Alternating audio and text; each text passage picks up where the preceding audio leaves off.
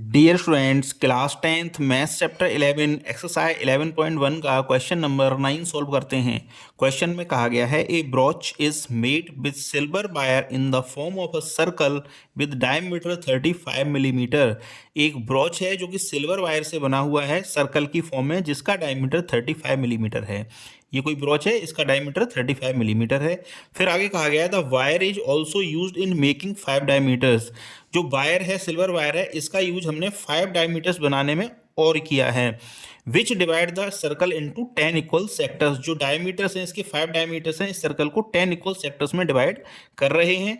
हमसे पूछा गया है the total length of the wire required. जो सिल्वर वायर हमने यूज किया इसको बनाने में, उसकी लेंथ क्या होगी total, and the area of each sector of the ब्रूच। और जो सेक्टर डिवाइड हुआ, 10 सेक्टर में जो डिवाइड हुआ है, इसके ईच सेक्टर का हमें एरिया भी बताना है। क्वेश्चन को सॉल्व करते हैं। हमने पेपर पर बना रखा है इस फिगर को, और क्वेश्चन के अकॉर्डिंग जो रीडिंग्स हमको गिवन है उसको हम लिख देते हैं। तो डायमीटर बताया गया है 35 मिलीमीटर है, तो लिख देते हैं diameter D equal to 35 millimetre. ये हमको गिवन है, एक्चुअल में गिवन। जब डायमीटर 35 मिलीमीटर है, इट मीन्स इसका जो रेडियस होगा वो हो जाएगा 35 डिवाइड बाई 2 मिलीमीटर। अब हमें टोटल लेंथ ऑफ वायर निकालनी है, तो लिखते हैं इसके लिए टोटल लेंथ ऑफ वायर क्या होगी। देखो हमने क्या किया है, 5 डायमीटर्स को बनाने में और यूज किया है सिल्वर वायर को, तो 5 डायमीटर्स की लेंथ प्लस इसका सरकमफ्रेंस। तो कैसे निकलेगी ये टोटल लेंथ ऑफ वायर, हम क्या करेंगे, सरकमफ्रेंस निकालेंगे इस ब्रोच की, साथ ही में इसके जो 5 डायमीटर्स हैं उनकी लेंथ को और ऐड कर देंगे। तो 5 इंटू डायमीटर, जो डायमीटर्स की लेंथ हो जाएगी उसमें 5 का मल्टीप्लाई कर देंगे, 5 इंटू डायमीटर प्लस सरकमफ्रेंस। तो 5 मल्टीप्लाई बाई डायमीटर हमको गिवन है 35 mm, तो लिख देंगे 35 प्लस सरकमफ्रेंस इसकी हो जाएगी 2 पाई आर। तो 2 multiply by pi multiply by r, r means 35/2। Circumference हम जानते हैं 2 पाई आर होती है, तो 2 पाई आर की जगह हमने वैल्यूज पुट कर दी हैं। पाई की वैल्यू हमें क्वेश्चन के अकॉर्डिंग 22/7 ले लेंगे, तो लिखेंगे 5 multiply by 35 plus 2 multiply by 22/7 multiply by 35/2। 2 से 2 कैंसिल, 7 5 जो 35, इधर बचा 5 multiply by 35 plus 22 multiply by 5। 5 का मल्टीप्लाई 35 से करेंगे तो ये आ जाएगा 175। तो 175 प्लस 22 का मल्टीप्लाई 5 से करेंगे तो ये आ जाएगा 110।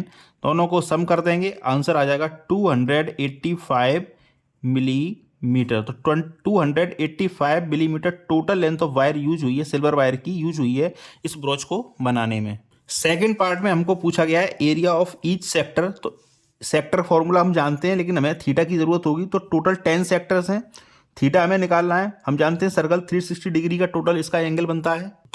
360 में 10 का डिवाइड लगा जाएंगे, थीटा की वैल्यू आ जाएगी। तो लिखते हैं there are 10 sectors, there are total 10 sectors, therefore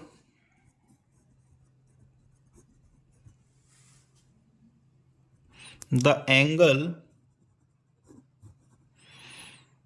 of each sector, ये हो जाएगा 360 में 10 का डिवाइड लगा दे रहे हैं अपन, तो ये आ जाएगा 36 डिग्री। तो थीटा की वैल्यू हमने फाइंड कर लिया, 36 डिग्री है। It implies that theta equal to 36 degree. अब सेक्टर फॉर्मूला यूज कर लेंगे, आंसर हमारा आ जाएगा। तो एरिया ऑफ ईच सेक्टर होता है theta upon 360 multiply by pi r square. Theta हम ऑलरेडी पता कर चुके हैं 36, तो लिख देंगे 36 divide by 360 multiply by 22/7, pi की वैल्यू 22/7, एंड आर हमने 35/2 हो जाएगी। तो 35/2, बिकॉज इसका डायमीटर 35 मिलीमीटर है, तो इसकी रेडियस 35/2 हो जाएगी। इसको सॉल्व करते हैं, तो 36 से ये 10 टाइम्स कट जाएगा, तो इसको लिखेंगे 1/10 multiply by 22/7 multiply by 35/2 multiply by 35/2। 2 की पावर थी, इसको एक्सपेंड कर दिया हमने। 7 से 35 में डिवाइड लगाएंगे, 7 5 जो 35, 2 से 22 11 टाइम्स कट जाएगा, तो जो वैल्यूज़ बची हमारे पास वो बची अब 11 multiply by 5 multiply by 32 and multiply by 10 and multiply by 2। तो 5 से 10 2 टाइम्स कट जाएगा, 2 यहाँ आ जाएगा 11 multiply by 35 upon 2 multiply by 2। तो इसका आंसर होगा 385 अपॉन 4, 385 अपॉन 4 मिलीमीटर स्क्वायर।